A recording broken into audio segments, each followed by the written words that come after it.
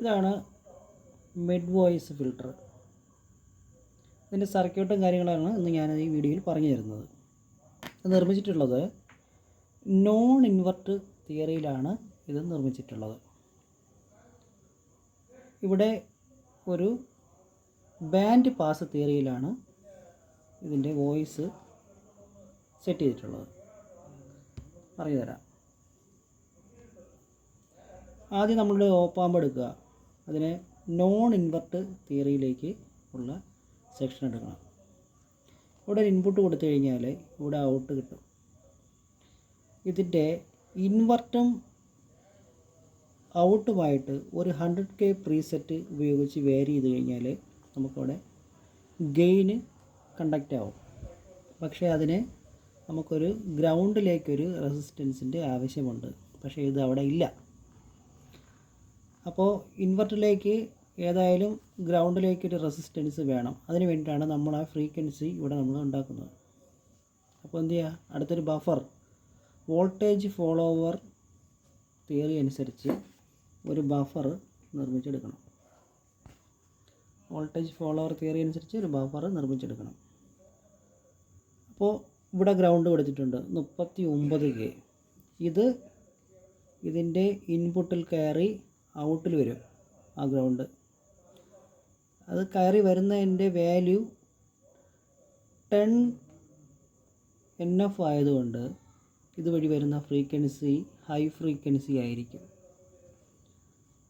അതിനെ കൺട്രോൾ ചെയ്യാനായിട്ട് ഇവിടെ നിന്നൊരു ഫീഡ്ബാക്ക് ഔട്ടിൽ കൊടുത്തിട്ടുണ്ട് റെസിസ്റ്റൻസ് ഉപയോഗിച്ച്. അപ്പോൾ ഇതേതായാലും ഈ ബഫർ ഓൺ ആയിട്ടുണ്ട്, ഈ ഗേറ്റ് ഓൺ ആയിട്ടുണ്ട്. അപ്പോൾ ഈ 39 NF ആണ് ഇതിൻ്റെ കണ്ടക്റ്റ് ആയിട്ട് വരുന്നത് ഗെയിനിൻ്റെ. അപ്പോൾ ഏതായാലും ഡയറക്റ്റ് ഒരു റെസിസ്റ്റർ വഴി കൊടുത്താൽ ഇവിടെ ഗെയിൻ ഉണ്ടാവും. പക്ഷേ അത് ഹൈഫൈ ആയിരിക്കും. ഒരു ഇൻപുട്ട് കൊടുത്താൽ ഒരു ഔട്ട് വരുന്ന ഒരു ഹൈഫൈ ആയിരിക്കും. പക്ഷേ അത് ഇതുപോലെ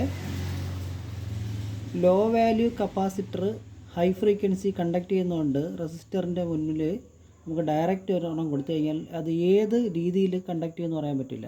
അതുകൊണ്ടാണ് ഇവിടെ ഒരു ബഫർ നമ്മൾ ഉപയോഗിക്കുന്നത്, ആ ഫേസിന് വ്യത്യാസം വരാതിരിക്കാനായിട്ട്. അപ്പോൾ ഈ തിയറി അനുസരിച്ച് ബൈപ്പാസ് ആകുന്ന കപ്പാസിറ്ററും ഔട്ടിൽ വരുന്ന കപ്പാസിറ്ററും അനുസരിച്ച് നമുക്ക് ഏത് വാല്യൂവിൽ വേണമെങ്കിലും മാറ്റാം. ഇപ്പോൾ ഇവിടെ ഒരു 100 NF ഇടുകയാണെങ്കിൽ ഇവിടെ ഒരു 420 NF ഇട്ട് കഴിഞ്ഞാൽ ബേസ് ആയിരിക്കും. ഇവിടെ ഒരു 3 NF ഇട്ടിട്ട് ഇവിടെ ഒരു 10 NF ഇട്ട് കഴിഞ്ഞാൽ ഒരു ട്രിപ്പിൾ ആയിരിക്കും. ഇവിടെ ഒരു 56 NF ഇട്ടതിന് ശേഷം ഇവിടെ ഒരു 56 ഇട്ട് കഴിഞ്ഞാൽ മിഡ് വോയിസ് ആയിരിക്കും. ഇവിടെ ഒരു 150 ഇട്ടതിന് ശേഷം ഇവിടെ ഒരു 1MFD ഇട്ട് കഴിഞ്ഞാൽ ലോ പാസ് ഫിൽറ്റർ ആയിരിക്കും. അപ്പോൾ അതാണ് ഇതിൻ്റെ തിയറി. അതിനുശേഷം ഇതിൻ്റെ നോൺ ഇൻവെർട്ടിലേക്ക് ഒരു കൺട്രോൾ വഴി കണക്ട് ചെയ്യും. അപ്പോൾ ഇതാണ് സംഭവം. അപ്പം ഇതിൻ്റെ ഓപ്പാമ്പ് തിയറി കണ്ടിന്യൂസ് ആയിട്ട് കണ്ടുകൊണ്ടിരിക്കുന്നവർക്ക് ഇത് മനസ്സിലാവും. ഇവിടെ നോൺ ഇൻവെർട്ടർ ഗെയിൻ ഉള്ള ബഫറാണ് ഇവിടെ ഉപയോഗിച്ചിട്ടുള്ളത്. ഇവിടെ വോൾട്ടേജ് ഫോളോവറാണ് ഇവിടെ ഉപയോഗിച്ചിട്ടുള്ളത്. ഓക്കെ, അതിൽ ഇപ്പോൾ ഇവിടെ കാണാമല്ലോ ഒരു കൺട്രോൾ ഉപയോഗിച്ച് ഇതാണ് 10 NF, ഇതാണ് 39 NF. ഇവിടെ പ്രീസെറ്റിന് പകരം ജമ്പർ ഇട്ട് കണക്ട് ചെയ്തൊക്കെ ഉണ്ടോ, അതാണ് ഇത്. ആ ജമ്പാണ് ഇത്. ഇവിടെ ഗെയിനിന് വേണ്ടിയിട്ട് 100K പ്രീസെറ്റ് ഇട്ടേക്കുന്നത് കണ്ടോ, അതാണ് ഇത്. ഈ പ്രീസെറ്റാണ് സർക്യൂട്ട് പ്രകാരം,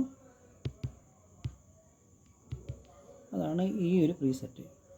അപ്പോൾ ഏകദേശം എല്ലാവർക്കും മനസ്സിലായെന്ന് കരുതുന്നു. സംശയങ്ങൾ ചോദിച്ചാൽ അടുത്ത സർക്യൂട്ട് വരച്ച് പറഞ്ഞു തരാം. ഇതാണ് സർക്യൂട്ട്. നോക്കി വയ്ക്കുക.